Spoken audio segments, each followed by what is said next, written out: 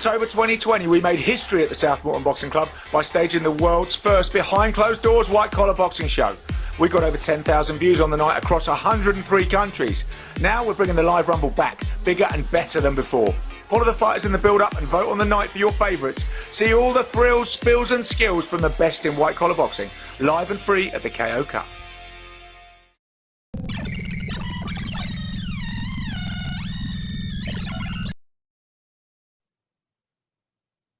Okay, Peter, so it was a great performance from Joshua on Saturday. You know, Pulev's a tough customer. You know, remember, not such a massively heavy puncher, though. You know, only those 12 stoppages, I think, in about 20 fights.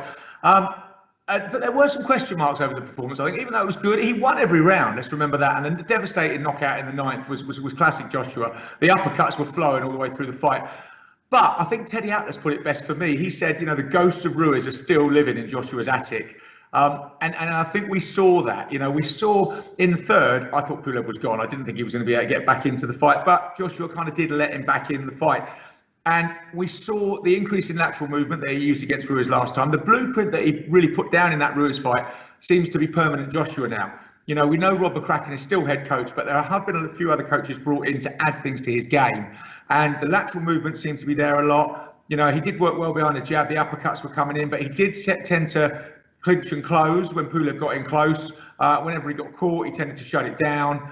So, you know, a lot of these, he seemed to operate between a few different styles, but I definitely think there was a bit of conservatism in his style. You know, he wasn't prepared to stand and trade in a shootout like he used to be. Obviously, we know what happened in the first Ruiz fight when he did that. So that seems to be totally off the cards for him now. So maybe that makes him not quite as exciting, but maybe it does make him more competent. But the question we've got to ask is, you know, we're leading into the Fury fight, and immediately that fight was out of the way. Everybody was on it. You know, Bob Arum was tweeting, right, we're going to do this. We're going to get this made. Eddie Hearn was like, right, we're going to get this made. Even Frank Warren. You know, there's a lot of stuff to go on before it gets made between the networks. You know, with obviously Fury being on BT and ESPN, and Joshua being on DAZN and Sky, but you know they can do it. It can be done.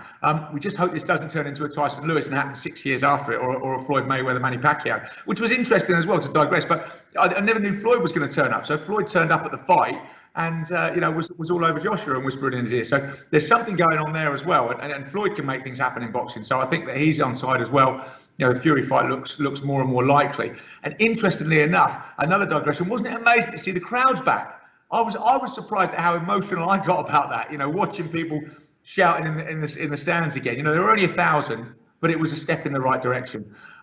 So like I said, there's a few obstacles for the Fury fight, and one of them is going to be, because we're only 1,000 fans, the live gate situation. Because the live gate in this is going to be huge. Don't forget, for Wilder Fury, the live gate was £12.3 million. So, you know, you're looking at much bigger than that for Fury Joshua. So it should be a stadium fight in the summer, and it should sell out Wembley. So, you know, there's a few things to talk about. But Eddie Hearn is saying that he reckons it can be made in 2 days.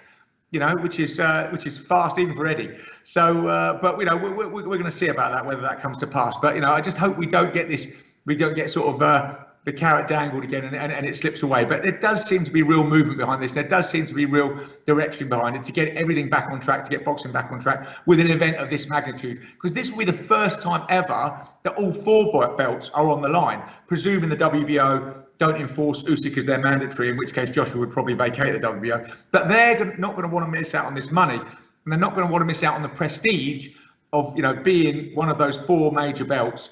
So this is for all the marbles between Fury and Joshua. So, you know, it's a cracking fight. It looks like it's going to happen.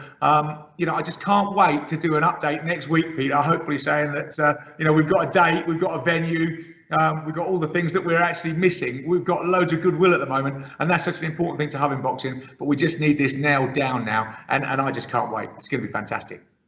61 days to Rumble Live, 2 months. Come on, this is going to be so exciting. February the 13th, we're back. Bigger and better than before. It's going to be the most amazing show in white collar boxing again.